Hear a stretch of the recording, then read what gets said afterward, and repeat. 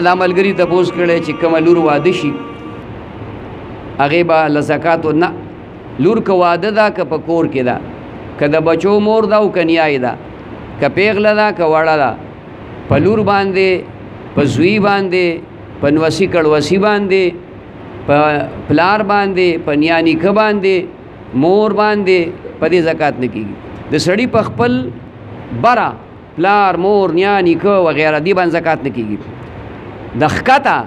بچی نوسي کړوسي په دوی باندې زکات نه کېږي ها البته که د یو سړي خور ده او هغه خور د ده نه چې کومه دی جدا ده مال کې شریکه نه ده مال کې شریکه نه ده پټۍ د په قبضه کې ځان نه دی اغستی ځکه اوس خو دا مسله ده که نه چې اکثر خلکو د خویندو حصه ځان له قبضه کړې ده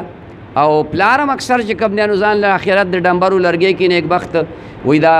زامنو ته وایي تاسو پسې د ځمکې خېجوم بیا بیا درنه دا جینکۍ غواړي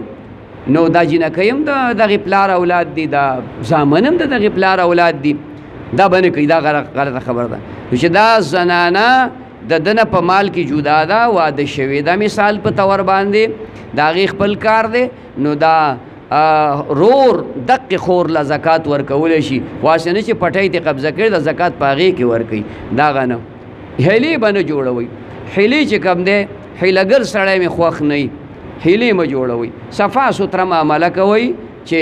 هغه د زکات مستحق ده ورکولی شي ورله پوه شي مطلب باندې اختر مبارکۍ کې به ګورې زکات مکات نه ورکې هسې نه چې ته دا په یو غشي دوه ښکاره وکړي چې د اختر مبارکي به هم شي او زکات به هم شي او سرسایه به هم شي او دا به نه دا به نه کې هر معامله به صفا کې نو که خور رور دا په مال کې تاسو نه یو بل نه جدا وي نو د رور زکات په رور باندې کېږي یو غریب دی بل مالدار دی خور غریبه ده رور مالدار دی نو زکات تپوس کړی دی چې دا بیسن واش بیسن لاس ماس چې سړی وتینځي په ولاړه دی ته اودس کوي مکروه دي اودس چې کوم دی په ناسته کول پکار دي دا اودس آداب دي پکار دا چې سړی اودس ته په داسې طریقه ناسي چې قبلې ته مخي بعضې عوارض یې لکه د جوماتونو کې که داسې ځای جوړ کړي چې قبلې ته مخکې نو بیا پکې څلور پنځه کسه راشي او چې بل طرف ته تاو لکه موږ دا ځایونه جوړ کړي چاردام نو شل اتلس ځایونه دي که دا موږ صرف داسې جوړوی چې قبلې طرف ته نو زیات نه زیات به پکې پنځه شپږ جوړ شوی وي خو هسې آداب دا دي چې سړی قبلې ته مخي د اودس داسې ځای باندې ناست دي چې هغه اوبه لاندې جوره کې پرېوځي چې دته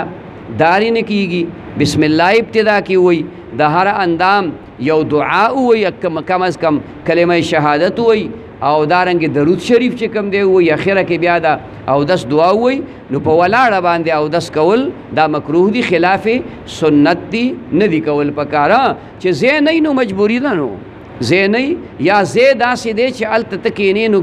ګیر چاپېره ګندګي ده پلیتي ده کپړې دي پلیتېږي نو بیا خیر دی بیا په ولاړه باندې اودس کول کې جرم نشته